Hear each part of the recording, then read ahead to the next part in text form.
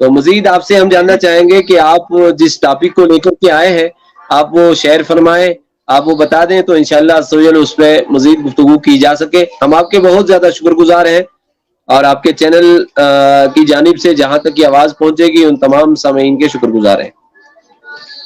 رضوی صاحب، جیسا کہ آپ کو پتہ ہی ہوگا، Islamic debate, international debate, international TV channel, social media, YouTube, Instagram, ہر جگہ پر ایک ہی چیز اس وقت دکھائی جا رہی ہے، ایک ہی چیز دکھائی جا جی رہی ہے۔ میں آپ سے اسلامک حساب سے جاننا چاہتا ہوں، جس طرح پاکستانی ایک خاتون نے پاکستان سے اٹھ کر اپنے 4 بچوں کو ساتھ کر دبئی پہنچتی ہے، دبئی سے وہ نیپال آتی ہے، نیپال سے پھر ہندوستان میں اندر غیر قانونی طریقے سے داخل ہوتی ہے، آپ اس کے بارے میں اسلامک حساب سے روشنی ڈالیں۔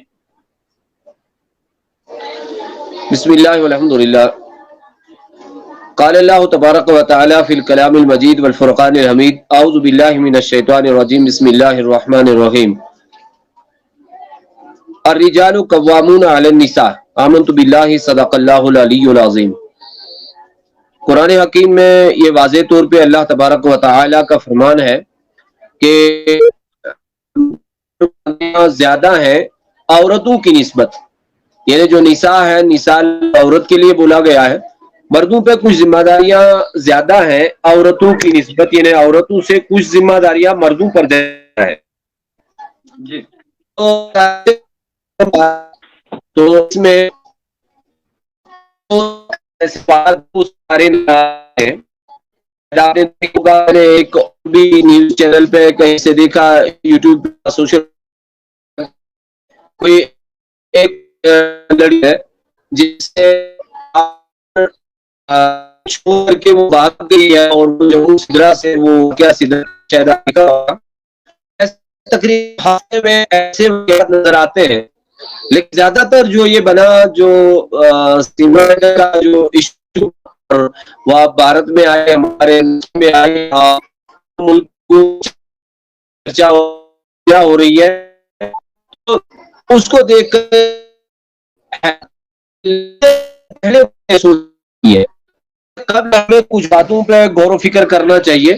سب سے پہلی بات یہ، اسلام نے انسان کو سمجھاتے ہوئے، سب سے پہلی بات یہ کہ اسلام نے مسلمان کو نہیں سمجھا ہے، بلکہ اسلام کو سمجھاتے ہوئے یہ مطلقاً حکم دیا ہے، اور عرض کر رہا تھا کہ اسلام نے مطلقاً حکم دیا ہے۔ ایک حکم ہوتا ہے مقید، یعنی جس پہ کوئی قید لگا دی جائے، جس پہ کوئی حد قائم کی جائے، اور ایک حکم وہ ہوتا ہے جو مطلقاً حکم ہوتا ہے، مطلب ہر انسان کے لیے حکم ہوتا ہے۔ تو یاد رکھیں اسلام میں بہت سارے احکامات، یعنی بہت سارے حکم ایسے ہیں جو مطلقاً ہیں، یعنی ہر انسان کے لیے ہیں۔ اسی طرح یہ حکم قرآن حکیم میں الرجال قوامون علی النساء کا ہے۔ بیٹی بیٹی ہے، چاہے وہ بیٹی مسلم کی ہو، غیر مسلم کی ہو، کسی کی بھی ہو، وہ بیٹی ہے۔ وہ تو اس کو سمجھنا ہے، بہت ضروری سمجھنا ہے۔ یعنی اگر عورت کو نہ سمجھا جائے تو ہم کبھی بھی معاشرے کا سدھار نہیں کر سکتے ہیں، معاشرے کو ہم سنبھال نہیں سکتے ہیں اگر اس عورت کے مقام کو نہ سمجھا جائے کہ عورت ہے کیا۔ سب سے پہلی بات، پہلا سوال جو اس میں ہے وہ غلام حیدر پہ ہے، نہ کہ سیما بھارتی پہ یا سیما حیدر پہ، جو بھی ہم اس کو کہیں، پہلا سوال اس پر ہے۔ وہ یہ سوال ہے، ایک انسان دولت کے نشے میں اتنا مست ہو چکا ہے، وہ اپنے اہل و عیال کو نہیں دیکھتا ہے، وہ اپنے گھر والوں کو نہیں دیکھتا ہے، وہ اپنے ماں باپ کو نہیں دیکھتا ہے، وہ اپنی بیوی بچوں کو نہیں دیکھتا ہے، وہ اپنے وطن کو نہیں دیکھتا ہے، کسی چیز کو نہیں دیکھتا ہے، دولت کے نشے میں اتنا گر چکا ہے، اتنا ختم ہو چکا ہے کہ اس کا جواب ہی کیا ہے۔ مطلب ایک انسان سالوں سال تک، 2-4 سال نہیں، 10 سال 15 سال بھی کس معاملے میں، صرف معاملہ یہ ہوتا ہے کہ وہ دولت کی نشہ میں پڑا ہوا ہے۔ سب سے پہلے انسان کو اپنی انسانیت کو برقرار رکھنا ہے، اس کے بعد وہ دولت کو۔ اسی لیے اہل تصوف، چونکہ ہمارا تعلق جو ہے وہ صوفیہ کے ساتھ ہے الحمدللہ، اور صوفیت جو سکھاتی ہے وہ یہ کہ سب سے پہلے آپ اپنے مقام کو پہچان لیں۔ اپنی پہچان کریں. اگر آپ اپنے مقام کو پہچان لیتے ہیں تو آپ کسی اور کے لیے بھی کچھ برا اچھا سوچ سکتے ہیں، برا نہیں سوچ سکتے ہیں. جی یہی وجہ ہے کہ سب سے پہلی غلطی جو اس میں ہے، سب سے پہلا جرم جو اس میں ہے، وہ غلام حیدر صاحب کا ہے، جس نے اپنے اہل و عیال کو چھوڑ کر کے اتنا دراز سفر کیا اور اتنے ٹائم تک وہ بیرون ملک رہا، اور جس کی وجہ سے بالکل اتنا موقع اس کو ملا. 3 سال تک وہ خود کہتی ہے کہ 3 سال تک میں کسی بندے سے، غیر ملکی سے بات کرتی رہی، اور 3 سال تک وہ میڈیا میں کہہ رہی 3 سال تک اس کے شوہر کو یہ تک پتا نہیں ہے کہ میری اہلیہ کسی کے ساتھ بات کر رہی ہے. الرجال قوامون علی النساء، یعنی اپنی ذمہ داری کو نہ نبھاتے ہوئے اس نے یہ سارا کام کیا ہے. سب سے پہلی غلطی جو ہے. دوسری بات، جب انسان نکاح کرتا ہے، اسلام نے نکاح کی بہت فضیلت بیان فرمائی ہے. اسلام میں نکاح کا ایسا مقام ہے کہ حضور صلی اللہ علیہ وسلم نے فرمایا کہ انسان کا ایمان اگر کامل ہوتا ہے تو نکاح سے ہوتا ہے. ایک اور جگہ ارشاد رسول پاک صلی اللہ علیہ وسلم کا ارشاد مبارک ہے، فرمایا ہے کہ مجھے آپ کی دنیا سے صرف 3 چیزوں سے محبت ہے، اور ان 3 چیزوں میں سب سے پہلی چیز جو نکاح کرنا پسند ہے. اس کی وجہ کیا ہے؟ نکاح کرنے کی اصل وجہ کیا ہے؟ خواہشات نفس پہ قابو کر سکتا ہے، خواہشات نفس کو اپنے قابو میں رکھ سکتا ہے، اور پھر وہ برائیوں کی طرف مائل نہیں ہوتا ہے. پھر اگر نکاح کا ایسا جی فائدہ اٹھایا جائے تو سب سے پہلے میں کہتا ہوں کہ آج کے دور میں یا تو غلام حیدر پہ سوال اٹھتا ہے، یا سیما بھارتی پہ سوال اٹھتا ہے، سیما حیدر پہ سوال اٹھتا ہے. میں یہ سمجھتا ہوں کہ دونوں پہ سوال اٹھتے ہیں. ایک سوال یہ ہے کہ یا تو اس نے اپنے شوہر کو مجبور کیا ہوگا کہ آپ چلے جائیں، پردیش جائیں، تاکہ ہمیں خوب بنگلے بن جائیں، خوب پیسہ بن جائے، خوب مال بن جائے. یہ بھی ہو سکتا ہے. یا یہ بھی ہو سکتا ہے اس نے اپنی مرضی سے بدیشی کا سفر کیا ہوگا، بدیش کا سفر کیا ہوگا اور چلا ہوگا، پھر رسول پاک صلی اللہ علیہ وسلم کے فرمان کو مد نظر نہیں رکھا جی ہوگا. جی آپ فرما رہے تھے کچھ. یہاں پر آپ کی بات کو جو ہے تھوڑا سا بیچ میں آؤں گا، معذرت چاہتا ہوں اس کے لیے. یہاں پر 2 سوال اٹھتے ہیں.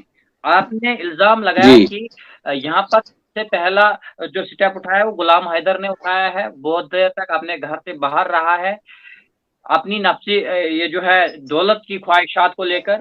آپ نے صحیح فرمایا، مگر وہیں پر سیما کہتی ہے کہ مجھے غلام حیدر کچھ بھی نہیں دیتا تھا، میں ہر چیز سے محروم تھی.